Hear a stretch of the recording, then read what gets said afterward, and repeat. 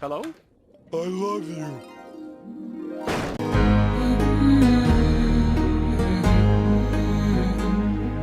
Greetings, fellow mortals. Just a reminder saying it's just my opinion is for cowards. If I had to name my all-time favorite manga artist, or just artist in general, Tatsuki Fujimoto would be at the top of the list. Why? Because he's an insane person with insane ideas that creates brilliant stories and artwork. There's no one like him at all in any way, and he is completely uncompromising in what he's going to do in his stories. Not just in Chainsaw Man, in his one-shots like Look Back and Goodbye Eerie, and in Flame Punch. No, put it down. You're not ready. Not ready? Come on, man. It can't be that bad.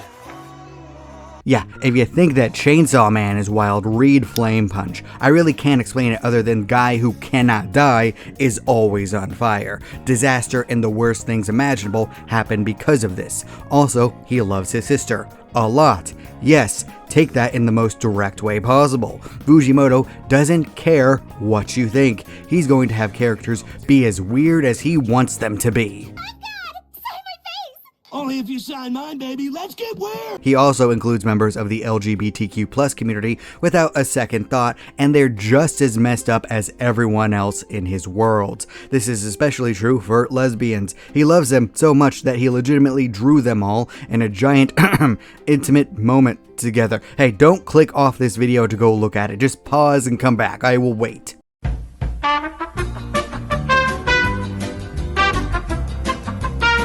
In fact, he really likes women, strong women at that. He writes them as extremely complex people with genuine flaws. In fact, Asa and Power might be some of my favorite female manga characters ever, even though they are not great people, to say the least. Along with writing them well, he loves drawing them in many different outfits, especially revealing ones, all because he has a not very poorly disguised fetish that he puts on full display in Chainsaw Man. He likes being bullied, and it shows. I know what you are! Once again, he makes what he wants when he wants to, and he does not care how you feel about it. All of this is to set up that at the heart of Chainsaw Man is the desire to love and be loved in return. This is clear from the very beginning. The main character Denji might be the clearest examples of the kicked dog trope that there ever was or will be. He lives in a shack, is starving, and has the mob after him for the debts of his father. So much so that they cut off one of his, well... Did I miss? No. You got them. But by fusing with his pet demon dog, Pochita, he gains the power to regenerate along with turning his limbs and head into chainsaws. Tempted by basic living conditions, he agrees to work with Makima fighting rampaging devils, and she controls him by using his initial attraction to her to manipulate him into eventually falling in love with her. Once again, I would like to bring up the bullying story from Fujimoto's past. I shouldn't have said that. I should not have said that.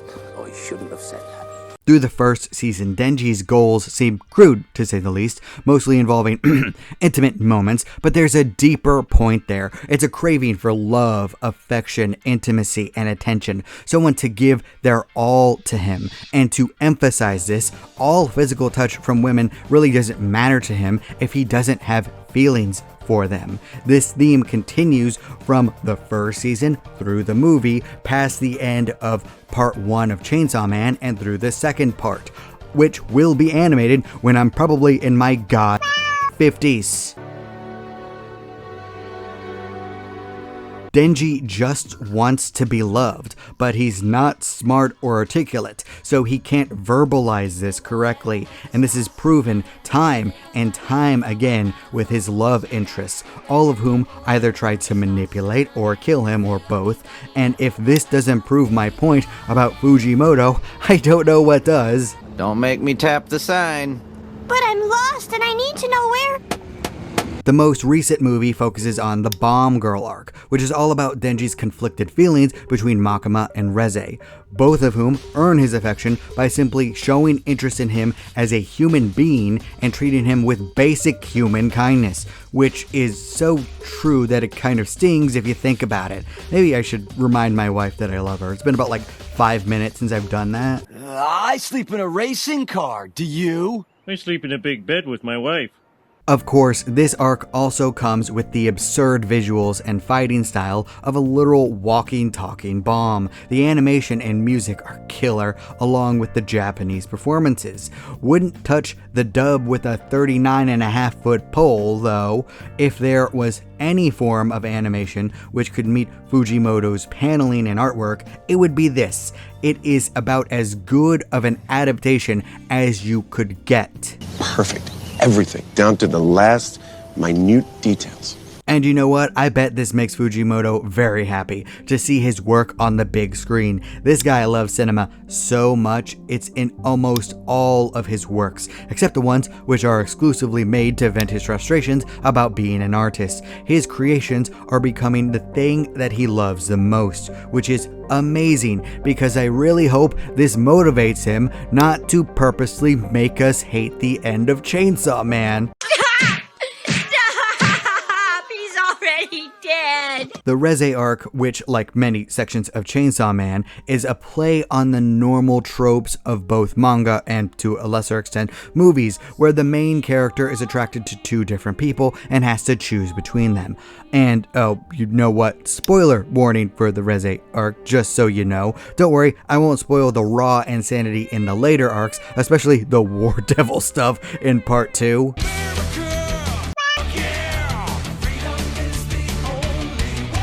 Anyway, the play on the trope is that Denji can't possibly end up with either love interest because Makima is incapable of loving anyone, really, and Reze is out to kill him. Although it is shown that she does gain feelings for him, that relationship was doomed from the start. There was no happy ending coming in any direction. It was a tragedy in motion, which is kind of Fujimoto's whole thing. He wants to make you cry. First, let's get one thing straight. I'm not crying. I'm just sweating through my eyes. But even as Reze turns into Bomb Girl and tries to kill Denji, he doesn't aim to kill her back. He would actually rather die himself than to do that. His whole goal was to subdue her because he does actually grow to love her and appreciate her as a human being, which adds emotional weight to the bombastic, eyeball-melting animation on display during the fights. How's this, Squidward? It's beautiful. Fujimoto loves to play with the tropes, twisting them into something completely unexpected, like the trio of protagonists, the shy girl, the mentor character, making things far more tragic with complicated people that you might not even completely like. If someone did not like Denji, I'd be like, I get it, he can be kind of unlikable at times. He's a young male character that hits a little too close to home. It's why his heartbreak is, well, heartbreaking, and as time goes on, it only gets worse for him. Well, this sucks. Because, like us, Denji doesn't always like the people who surround him. Like us, he doesn't always have a choice about who he gets to be around or even work with. Isn't that relatable? And, like us, he actually grows to care about these characters genuinely. While not always liking them, he does grow to love them in his own way. And Denji loves hard with a purity that is surprising considering that his goals usually seem perverse on the surface. This is what wins over Reze at the end, and it's what wins over the people who generally do care about Denji as a person rather than as Chainsaw Man. He's not the best person in the world. In fact, he's not really even a good person at times in general. Denji is just a guy desperate for love in a world that really doesn't want him to have it, and when he does find it, the antagonist rips it away from him as violently as possible. Oh, Hey, who left this bowl of onions here? Through the gorgeous artwork, complex characters, and the weirdest fight scenes that you can imagine, and I mean really, really weird, Fujimoto thinks of the strangest powers and how to use them, and then showing the absolute destruction, devastation, and death this would casually cause to the human populace. So many people die. But once again, it's the most entertaining thing that you're going to see because of the emotional investment you have with a guy with chainsaws for arms. Obviously, the jokes are great, but what I love is the storytelling. Anyway, through all the strangeness, you're following people who simply want love. Maybe not just romantic love either, although that's part of it. They want familial love as well. People who care about each other, a community, friends, family, lovers. And as the modern world becomes more divided and we're less connected as humans in person, we have started to crave this as well, to the point that we all fear that we're never going to have it, forming a devilish monster in ourselves.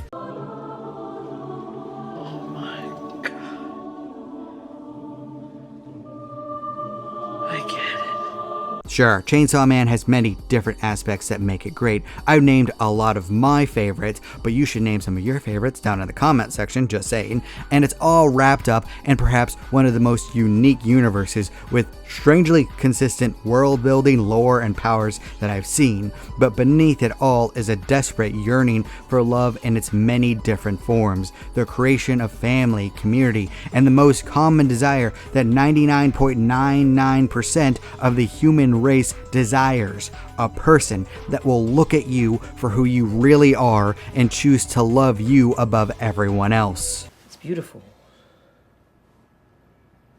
I've looked at this for 5 hours now.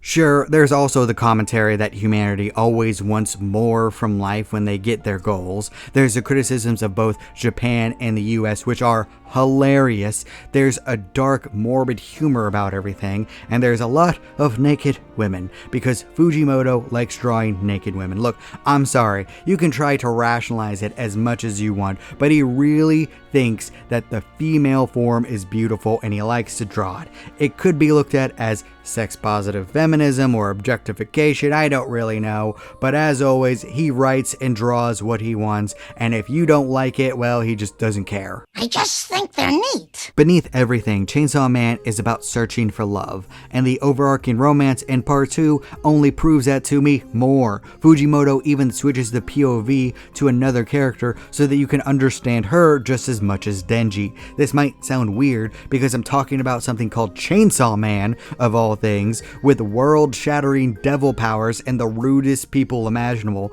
but the meaning behind it has always been simple. People want to be loved. Oh, Alan, I love you. Guys, my nose was completely ripped off my face. This was not fun for me at all. Yes, there are plenty of other themes in there as well. Grief, free will, manipulation, sacrifice, desire, and others that I will not mention right now. It's surprisingly complex, but without that single motivating factor in them, it would all fall apart.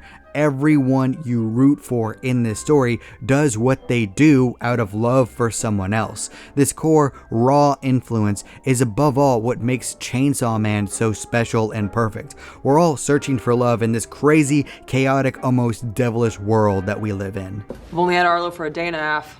But if anything happened to him, I would kill everyone in this room and then myself. But what do you think? Do you agree with me? What themes resonate the most with you from Chainsaw Man? Who's your favorite character? Is Fujimoto a perv or an appreciator of the female form? Please leave a comment down below. I'd love to hear your thoughts. And remember, if you disagree with everything I have to say, that is perfectly fine. After all, everyone is entitled to their objectively wrong opinion. I have done nothing wrong, ever, in my life. I know this. And I love you. Thank you all so much for watching. You're still here? Good night, everybody. Thank you. You bye. Boom. Do not despair.